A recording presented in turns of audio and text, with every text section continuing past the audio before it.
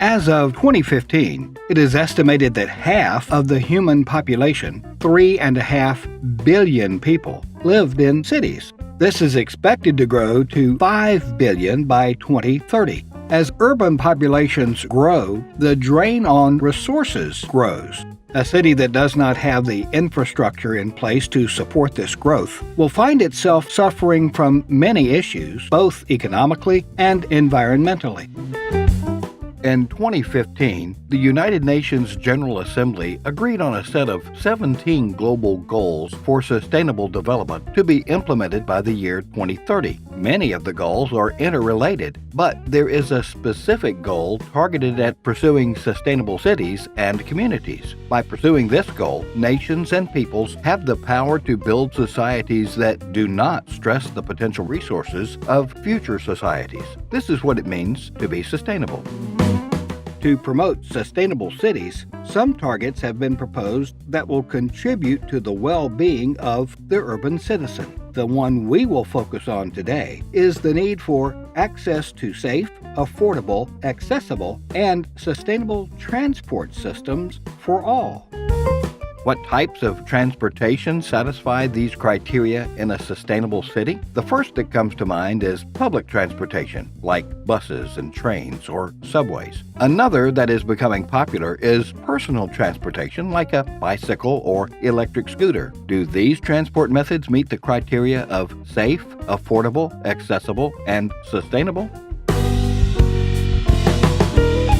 Let's take a look at buses. Are they safe? A 2014 study published in the Journal of Public Transportation says that public transit has less than a tenth of the casualties as automobiles. It's indeed rare to hear stories of accidents happening that involve public transportation. Are they affordable? According to the Colorado Department of Transportation, a transit bus can seat about 40 people. Doing a little bit of math, we can see that a bus transporting 40 people will use less fuel than 40 individual cars that people take around town. Those savings are passed on to the customers. We can also compare the costs of owning a vehicle along with the associated taxes and maintenance costs with the cost of an unlimited monthly transit ticket and see that public transit is much more affordable. Are they accessible? Public transit will benefit those who have physical disabilities and the elderly. These are groups who may not be able to operate a car because of those disabilities, but still need to get around. In a well-connected city, some form of public transportation is only a short walk away. Are they sustainable? As we mentioned earlier, buses use less fuel per person than cars or trucks. Those individual cars are mostly empty space and require a lot of energy to move. By using less fuel, buses are not only more affordable, but are a more sustainable form of travel. Let's look at bicycles now. Are they safe? Bicycles are much safer than cars, provided they're not traveling on the same pathways as those cars. Cities will need to devote more space to bicycle lanes for the safety of those riders.